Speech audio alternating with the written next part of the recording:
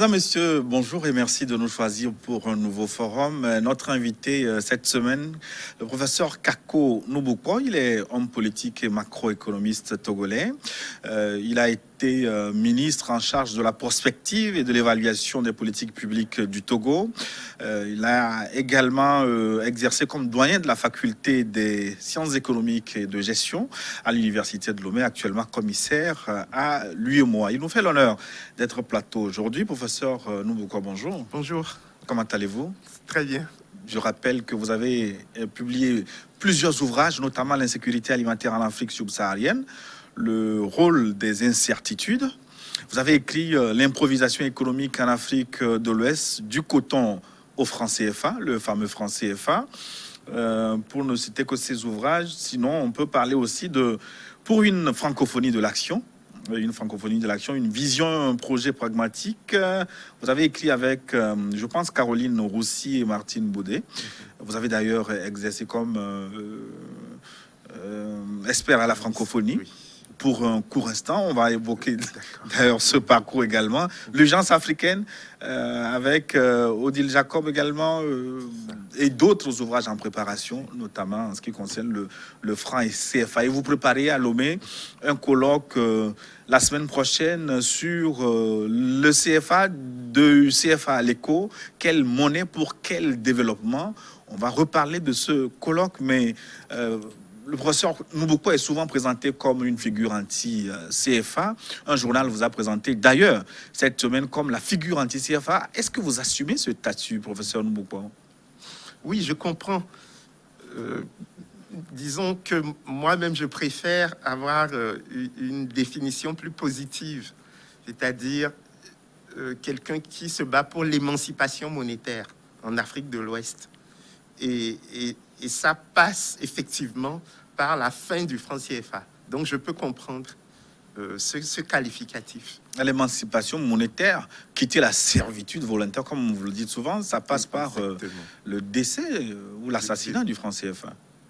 Exactement, comme on voudra, mais il faudra en finir avec le franc CFA. Mais quand même, c'est un statut lourd à porter. Non, parce que je suis économiste de formation. Et donc, en plus, macroéconomiste. Et du coup, j'ai eu le temps d'évaluer le dossier CFA, voir ses zones d'ombre, ses avantages supposés, et surtout la cohérence ou l'absence de cohérence entre le fonctionnement du CFA et ce que nous voudrions en termes d'émergence des économies de la zone franc. Et donc, c'est ma formation. Et en plus, vous savez, dans le domaine scientifique, la science avance à coup de controverses. Et donc, c'est normal que des gens puissent prendre position, confronter leur vision des choses à celle des autres, et puis trouver un consensus pour avancer. Mais le CFA a été longtemps un sujet tabou. Pourquoi vous êtes-vous préoccupé du cas CFA pendant que beaucoup se sont tués pendant longtemps, et votre combat, on va le dire, dure depuis plus de 20 ans. Quelle est votre motivation pour ce combat particulier, professeur Noubouko? Non, disons que c'est un peu par hasard. Comme vous savez, moi, j'ai intégré le siège de la Banque centrale des États de l'Afrique de l'Ouest à Dakar en 2000. Et un des premiers dossiers que j'ai eu à traiter, ça a été d'évaluer l'impact de la variation des taux d'intérêt directeurs de la BCAO sur la croissance et l'inflation dans l'espace UEMOA. Et à ma grande surprise, il n'y avait pratiquement pas d'impact. Or, toutes les doctrines qu'on appelle monétaristes, à partir desquelles la Banque centrale fonctionne, nous expliquent que normalement, le contrôle de la masse monétaire devrait se traduire par la stabilité des prix. Or, j'observais que les déterminants de la stabilité des prix n'étaient pas d'origine monétaire, mais c'était plus le prix du pétrole ou les aléas climatiques qui jouent sur justement l'instabilité de l'offre agricole et donc des prix agricoles, les prix agricoles eux-mêmes qui se transmettent sur les marchés urbains. Et donc, je me suis dit, mais d'où proviennent ces paradoxes? Pourquoi il n'y a pas de lien finalement entre l'outil monétaire et l'économie réelle. Et à partir de là, c'est comme le fil, hein, donc vous démêlez les chevaux, et donc de proche en proche, je me suis retrouvé à gérer quelques éléments qu'on peut appeler paradoxaux. Donc ce n'était absolument pas une entrée par le biais idéologique, mais par le biais d'un économètre. Moi, je suis économètre de formation. Et donc d'un économètre qui faisait tourner des modèles et qui ne voyait pas ce qui est attendu sur le plan théorique, en fait. Mais vous aurez pu vous en tenir à vos publications scientifiques et vous contenter de vos grades universitaires. Mais vous avez pris votre bâton de pèlerin, mené une campagne, une forme de sensibilisation. Votre travail, on va dire, porte des fruits aujourd'hui. Quand tout le monde parle du franc CFA facilement aujourd'hui, ce n'était pas le cas. Il y a une vingtaine d'années. Vous l'avez fait, même à votre corps défendant, malgré les risques. Ce n'est pas un combat facile, mais quelle était votre vraie motivation? Oui, vous savez, le chercheur, parce que moi je me définis comme un enseignant-chercheur avant tout. C'est quasiment une tradition familiale. Dans la famille, nous, on a beaucoup d'enseignants. Et donc, le chercheur, vous savez, ce qui le motive, c'est la curiosité. Et donc, l'idée, c'est de la quête de la vérité, en fait. Et donc, plus vous cherchez, plus vous découvrez des choses, et plus vous vous posez de nouvelles questions, en fait. Donc, moi, il ne s'agit absolument pas de dire j'ai raison et que d'autres auraient tort. C'est simplement de dire, dans le contexte qui est le nôtre, quel est le rôle que joue actuellement la monnaie? Quel est le rôle que pourrait jouer la monnaie si notre objectif principal, c'est l'intérêt général, c'est-à-dire le bien-être des populations? Donc, vous voyez, ce combat, comme vous le qualifiez, nourrit mes recherches et mes publications scientifiques. Dans les publications scientifiques, on a des remarques qui sont faites par les rapporteurs de nos communications et publications. Ces remarques nous donnent de nouvelles pistes de recherche qu'on creuse et qui engendrent de nouvelles publications et donc de nouvelles remarques. Donc, c'est un peu une dynamique, un peu d'accumulation du savoir qui se met en place. Et là où je peux vous rejoindre et qui n'est peut-être pas systématiquement fait par d'autres chercheurs, c'est que j'ai en moi l'idée de l'utilité sociale de la recherche, puisque c'est des fonds publics et privés qui financent la recherche. Donc, nous avons l'obligation d'œuvrer à l'utilité sociale et même sociétale de nos travaux. D'où le volet vulgarisation des travaux de recherche. Mais on connaît le risque lié à ce type de recherche. Professeur Noumouko, est-ce que vous avez été déjà directement menacé dans votre combat contre le franc CFA? On sait que cela vous a coûté votre poste, par exemple, à l'UNESCO. Enfin, à la francophonie. À la francophonie, disons francophonie. Même comme ministre, on ne va pas revenir là-dessus, mais vous auriez pu être ministre de la prospective aujourd'hui s'il n'y avait pas une affaire de CFA. Est-ce que directement vous êtes menacé de temps en temps? Non, à part quelques fous sur Facebook qui envoient des fois des menaces, mais je pense que ça arrive à beaucoup de gens de recevoir des messages de menaces. Vous savez, en traversant la rue, vous pouvez vous faire renverser. Je ne vous le souhaite pas. Mais non, moi, je n'ai pas un rapport au risque spécial. C'est pas mon problème. Voilà. Je veux dire, moi, ce qui m'intéresse, c'est la recherche de la vérité et la recherche de l'intérêt général. Mais quand vous vous attaquez au CFA, vous vous attaquez à de gros intérêts. Non, parce que moi, on m'a demandé, le gouverneur de la Banque centrale de l'époque, Charles Konan-Banny, m'a demandé un travail de chercheur. J'ai effectué le travail et j'ai ensuite continué pour tirer un peu les éléments de paradoxe et comment on pourrait les surmonter.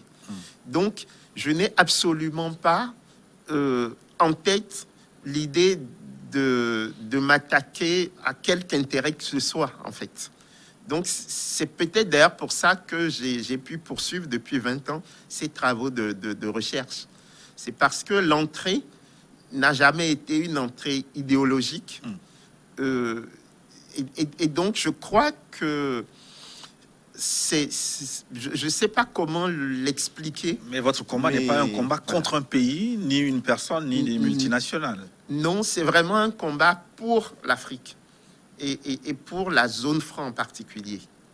Mais je conçois que des gens ou des intérêts ou des États puissent ne pas être à l'aise. Mais, comme disait le général de Gaulle, les États n'ont pas d'amis, n'ont que des intérêts. Et donc, si nous, on travaille pour le Togo, ou l'espace UEMOA, ou la CEDEAO, ou l'Union africaine, c'est normal que des gens qui n'aiment pas le Togo, qui n'aiment pas l'UEMOA, qui n'aiment pas la CEDEAO, qui n'aiment pas l'Union africaine, puissent se sentir mal à l'aise. Qu'est-ce qui pose réellement problème quand on parle de CFA? Vous évoquez souvent, comment on va dire, des dimensions symboliques, dimensions politiques, économiques. Qu'est-ce qui pose problème avec le CFA? Expliquez au commun du mortel. Oui, je crois qu'il y a deux choses fondamentales.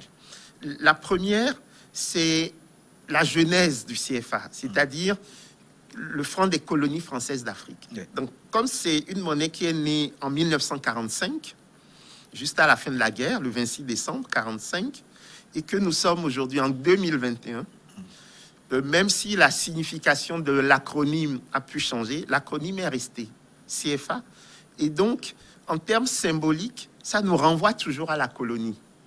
Vous voyez?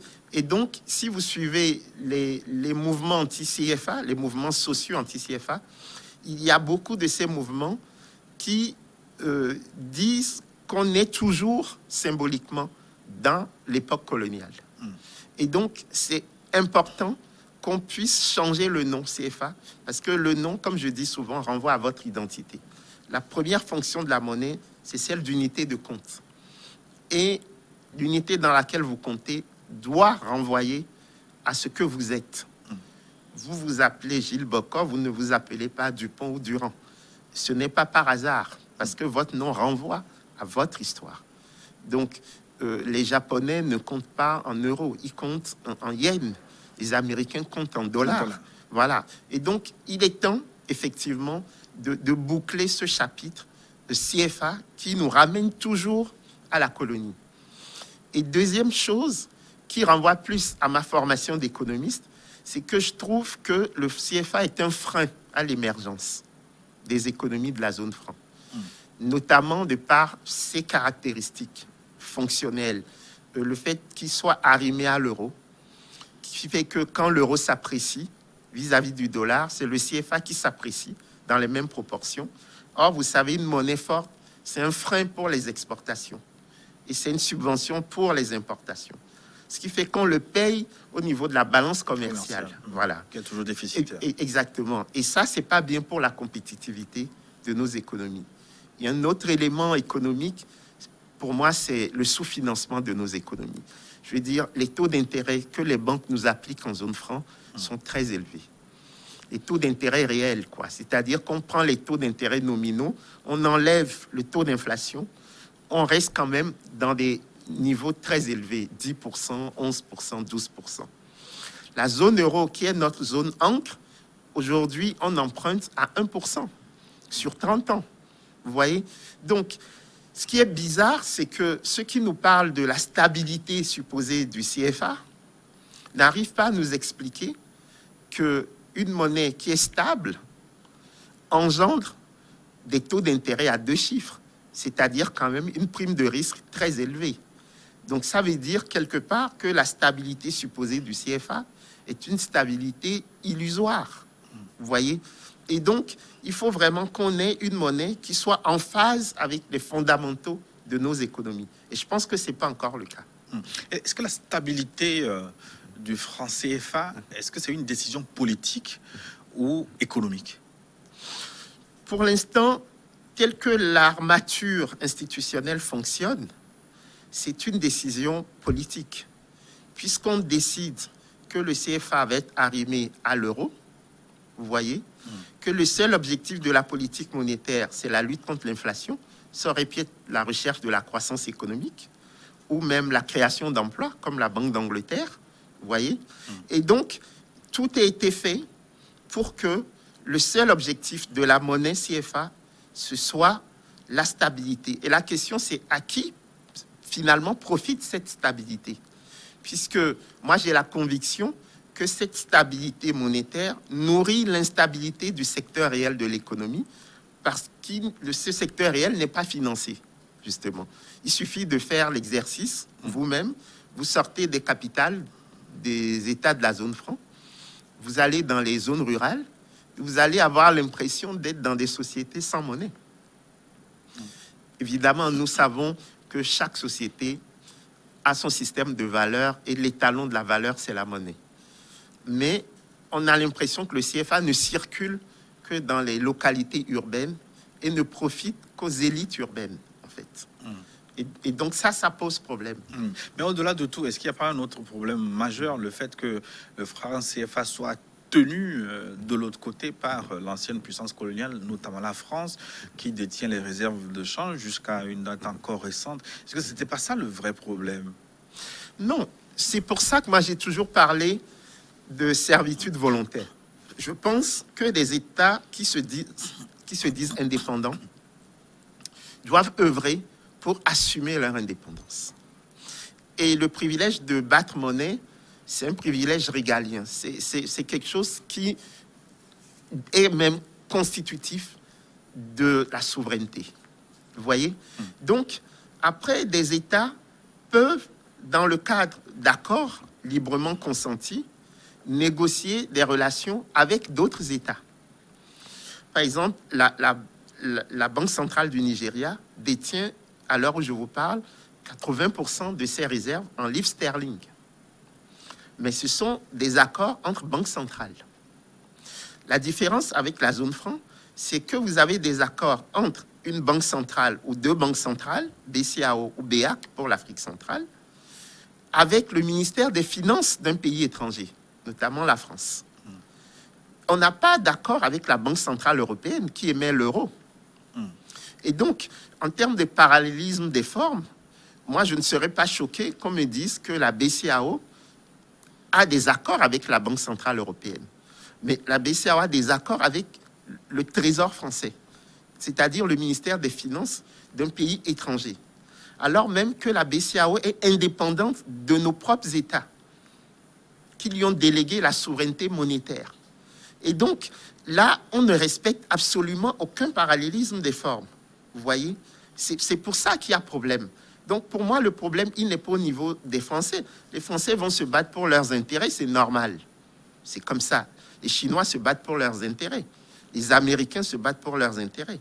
Donc, c'est aux Africains de se battre pour leurs intérêts.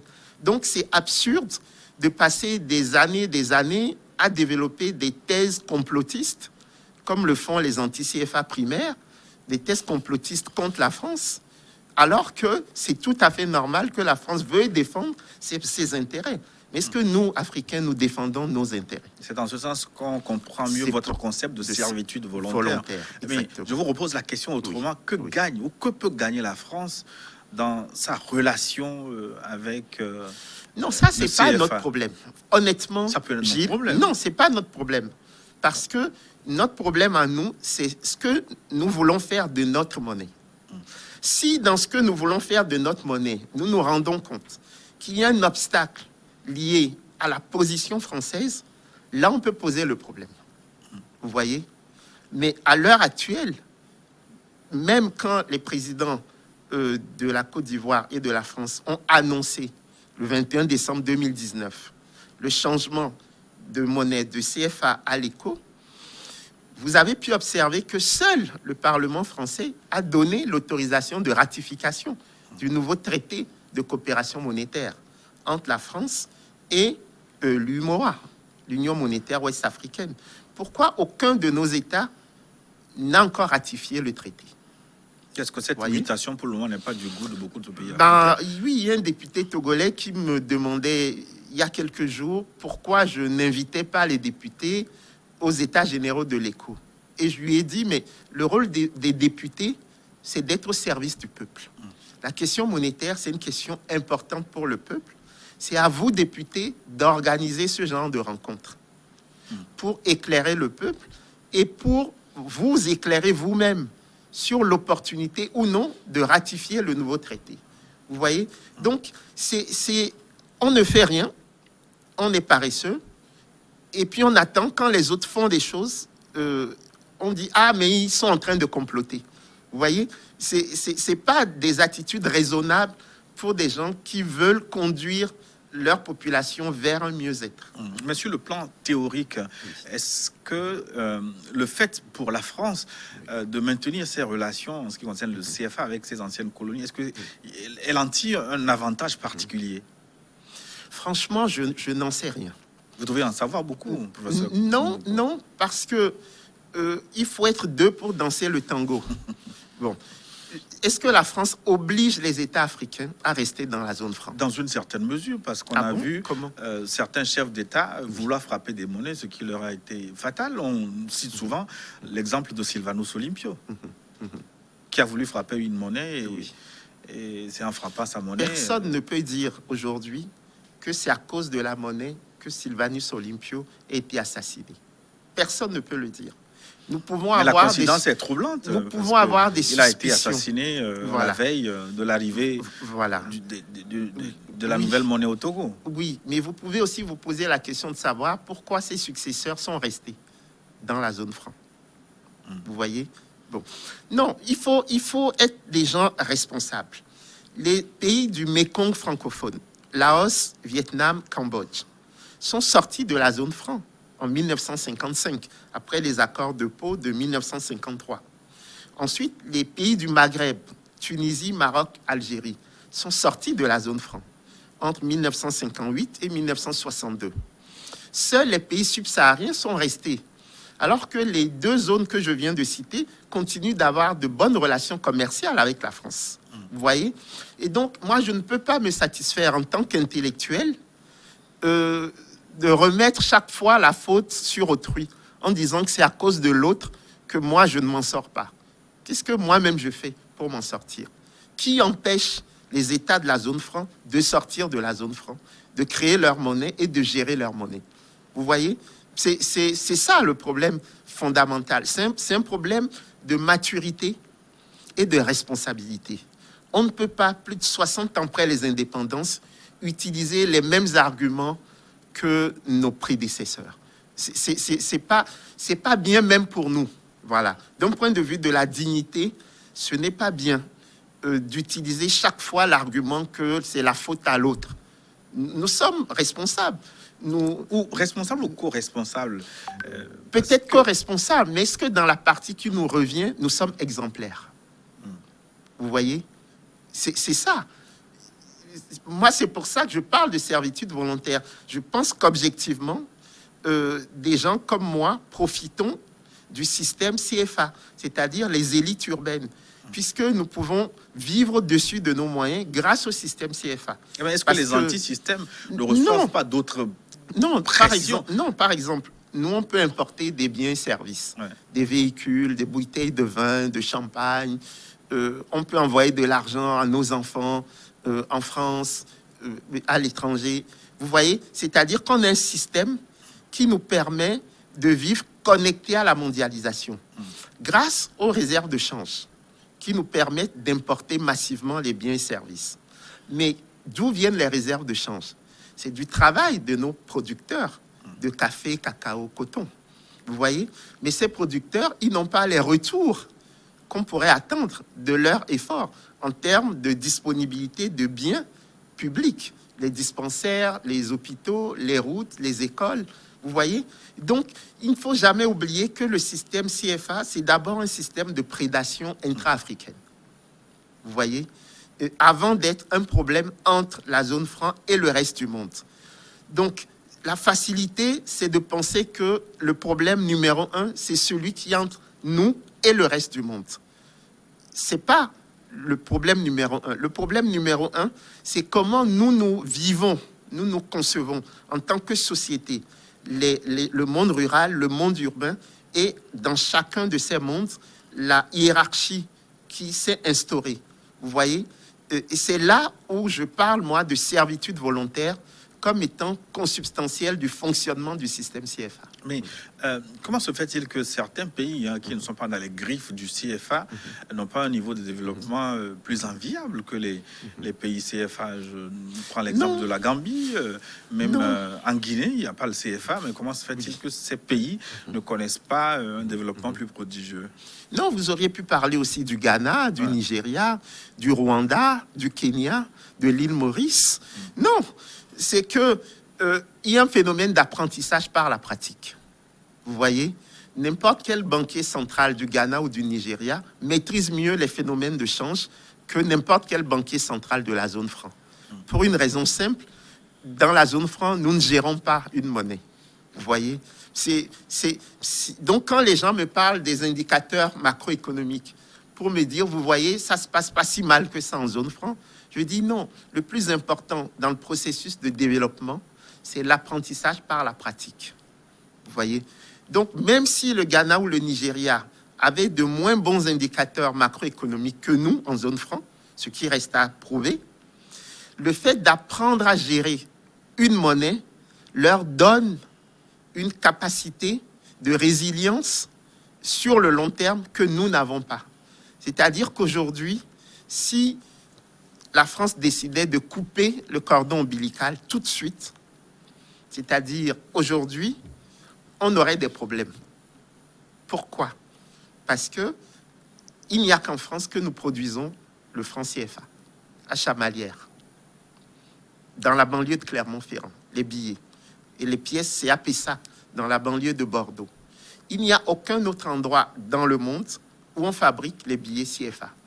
Donc ça veut dire que nous, les 160 millions en Afrique de l'Ouest francophone qui utilisons le CFA, nous ne savons absolument pas d'où vient cette monnaie que nous avons dans nos poches. Et donc c'est là où la question de la dépendance, elle revient.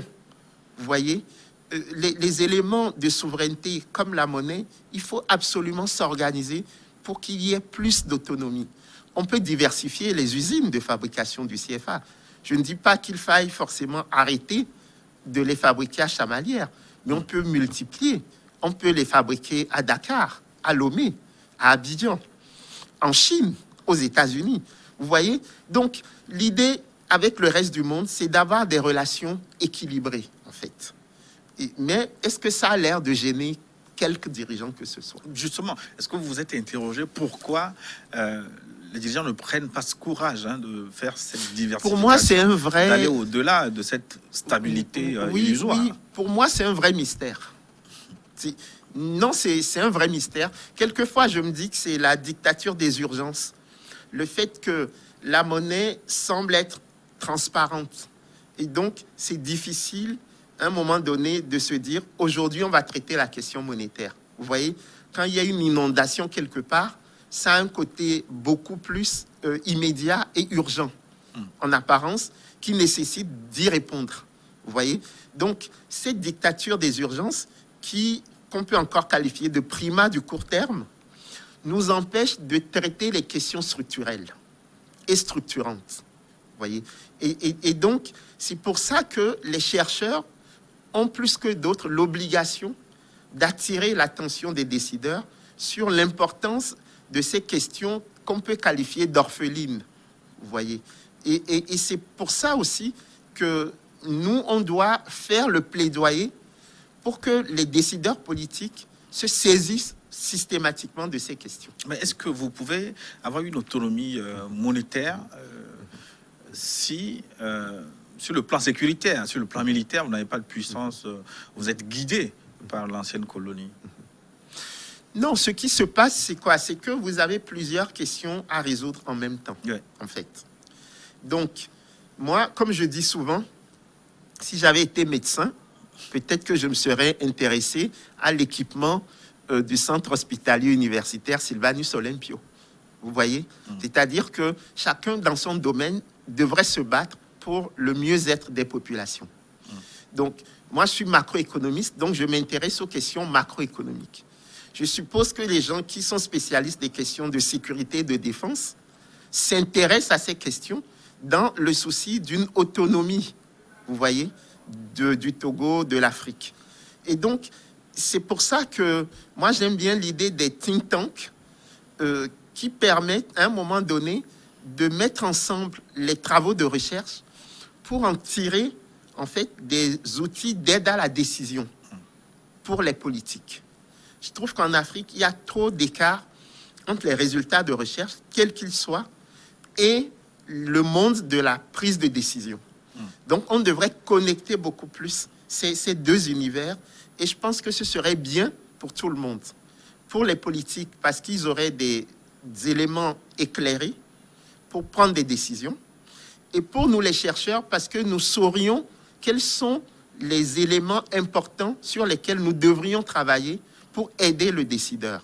Vous voyez, et je pense que ce travail, il faut le faire, il faut multiplier. Je pense même qu'il est primordial parce que quand vous voyez cette forme d'intrication entre l'économie, la sécurité, même la diplomatie, on ne peut pas traiter isolément une de ces questions avec succès. Tout à fait, tout à fait. Donc, alors, quels sont les critères qui définissent finalement une zone monétaire optimale? En quoi la zone CFA n'est-elle pas optimale? Oui, vous savez, il y a je pense, des tonnes d'articles sur cette question d'optimalité des zones monétaires. Mais pour aller à l'essentiel, on peut dire qu'il y a deux visions, en fait. Il y a deux visions. Il y a ce qu'on appelle l'optimalité au départ, donc ex ante, et puis l'optimalité à l'arrivée, c'est-à-dire ex post. Bon, l'optimalité ex ante, avec des gens comme Robert Mundell, un prix Nobel d'économie, eux, ils disent c'est intéressant pour une zone d'avoir la même monnaie s'il y a une bonne flexibilité des prix et des salaires, une bonne mobilité des facteurs, travail, capital, et si, en plus, il y a une bonne solidarité budgétaire. Voilà. Pour aller vite, quoi. Et donc, si on a ces éléments, on peut facilement répondre à des chocs dits asymétriques, c'est-à-dire des chocs qui n'affectent pas tous les pays de la zone en même temps. Voilà. Donc, si vous avez un choc qui affecte le Niger, mais qui n'affecte pas les autres pays, si vous avez un budget fédéral, vous voyez, ce budget fédéral peut permettre d'aider le Niger à faire passer la difficulté. Et à ce moment, la monnaie peut continuer à jouer son rôle pour une politique monétaire à peu près moyenne pour l'ensemble des pays. Voilà. Maintenant, ces mêmes auteurs disent que si on n'a pas ces éléments, donc la mobilité des facteurs, la flexibilité des prix et salaires, des marchés financiers profonds et une bonne solidarité budgétaire, il vaut mieux laisser à chaque État le soin de gérer sa monnaie. Parce qu'au niveau national, il peut utiliser sa monnaie pour faire face aux différents chocs dont on vient de parler, comme des chocs de sécheresse ou d'inondation. Maintenant, il y a d'autres auteurs, notamment Paul Krugman, aussi prix Nobel d'économie, ou Frankel et Rose, qui disent, même si on n'a pas les conditions dont on a parlé tout à l'heure, on peut quand même faire une monnaie unique. Et le fait d'avoir la même monnaie va rendre les cycles économiques synchrones. Et donc, c'est comme si on justifiait la décision qu'on a prise par une réalité qui va s'instaurer après. Et donc, c'est quelque chose de plus optimiste, en fait. Et donc, ces débats ont beaucoup eu lieu au niveau de la zone euro. Okay. Au niveau des États-Unis, comme les États-Unis, c'est une fédération. Au niveau du Canada, qui est également une fédération. Et donc, je crois que nous, pour l'espace UEMOA, comme l'espace CEDEAO, il faut multiplier les travaux de recherche. Et dans ce que nous sommes en train de faire actuellement, vous allez voir qu'il y a beaucoup de travaux de recherche pour savoir si l'UEMOA est une zone monétaire optimale, si la CEDEAO peut l'être demain et quelles sont les conditions au cas où elle ne le serait pas à atteindre pour que ces zones deviennent optimales. Oui. On l'a évoqué il y a un moment, l'affaire de l'écho du CFA à l'ECO en 2019, comme vous l'avez souligné, le président ivoirien Alassane Ouattara et son homologue français ont créé la surprise en annonçant la nouvelle monnaie ECO. Alors, quelques semaines après, il y a eu une levée de bouclier. Le président nigérien a rétorqué cette annonce en affirmant que ce projet n'est pas le même que celui annoncé par la CEDEAO. Professeur Mbouko, quelle est la différence entre ECO de la CEDEAO et l'ECO de Ouattara et Macron? Oui, alors moi je crois qu'il y a deux choses. Tout d'abord, je fais partie des gens qui ont salué l'annonce d'Abidjan. Pourquoi j'ai salué l'annonce? C'est parce que j'ai constaté par cette annonce qu'on amenait dans le monde formel, qu'on validait les critiques anti-CFA. Il faut savoir qu'avant cette annonce, nos critiques restaient quelque part dans le secteur informel. On nous faisait grief de ne rien comprendre, ni à la politique, ni à l'économie. Et donc, quand des gens qui vous disaient « vous ne comprenez rien », se mettent ensemble pour dire « au fond, il y a un problème, il faut qu'on puisse le résoudre », il faut avoir l'humilité nécessaire pour saluer l'effort que ces personnes ont pu faire pour reconnaître qu'il y a un problème. Voilà. Maintenant, seconde chose, et c'est la question que vous posez, est-ce que c'était la bonne façon de faire? Oui. Moi, je pense que non. Et je l'ai tout de suite dit. Moi, je pense qu'il y a un problème dans la zone franc. On vient d'en parler. Zone franc, Afrique de l'Ouest et Afrique centrale. Donc, espace UEMOA et CEMAC. Je pense que les annonces auraient dû s'arrêter au niveau de la volonté de réformer la zone franc. L'ECO, c'est un autre agenda. L'ECO, c'est l'agenda de la CEDEAO. Donc, un agenda qui a démarré depuis 1983 et qui concerne 15 États. Et donc, je crois que les frictions auxquelles vous faites référence sont nées de la perception par les pays non CFA d'Afrique de l'Ouest d'une volonté d'une OPA hostile, une OPA non amicale des pays francophones sur l'écho de la CEDEAO. Et c'est pour ça qu'il a fallu ces phases où on a vu que même le Conseil des ministres de la ZMAO s'est plaint quelques semaines après. Vous voyez, de la manière dont les pays de la zone franc fonctionnaient dans leur lecture de l'écho. Mais tout ça reste formel. Après, on peut parler du fond des choses aussi. Oui. Mais cette annonce, est-ce que vous n'y voyez pas sincèrement un piège?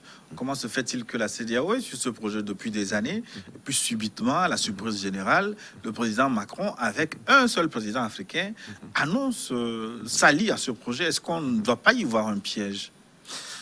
Non, moi je pense, comme tout à l'heure, ma ligne de réflexion, elle est la même.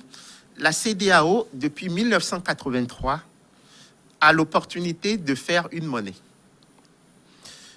On a même créé en 2000 la ZMAO, la zone monétaire de l'Afrique de l'Ouest. OK. Puisque, n'oubliez pas que l'agenda, c'est un agenda en deux étapes. Il fallait que les pays non CFA de l'Afrique de l'Ouest se mettent ensemble pour créer une monnaie qu'on a intitulée l'ECO. Donc, c'est ce qu'on a décidé en 2002. Et une fois l'ECO créé, l'ECO devait fusionner avec le franc CFA dans un second temps pour créer maintenant la monnaie unique de l'ensemble de la CEDEAO. Et on a mis en place des critères de convergence que n'ont jamais respecté les pays de la ZMAO, au point qu'ils ont toujours été obligés de reporter la mise en place de leur ECO. Vous voyez? Jusqu'à ce que les chefs d'État de la CEDEAO, sous l'égide des présidents Issoufou du Niger et Nana Akufo-Addo du Ghana, qui étaient désignés par leur père pour le suivi de ce dossier monétaire, décident, en fait, en juin 2019, qu'on allait arrêter le système en deux étapes et qu'on irait en une seule étape. Vous voyez? Donc, il n'y a pas d'un côté les méchants qui voudraient torpiller un projet communautaire et de l'autre, les bons, les gentils, auxquels on viendrait voler une monnaie éco. Non, chacun a sa part de responsabilité. Pourquoi la CEDEAO n'a toujours pas créé l'éco depuis 1983? Est-ce que quelqu'un peut nous expliquer? Vous voyez? Et donc, après, s'agissant de la présence du président Ouattara au moment de l'annonce, il faut lui reconnaître qu'il était le président en exercice de la conférence des chefs d'État de l'UEMOA. Et donc, c'est à ce titre qu'il s'exprimait. Vous voyez?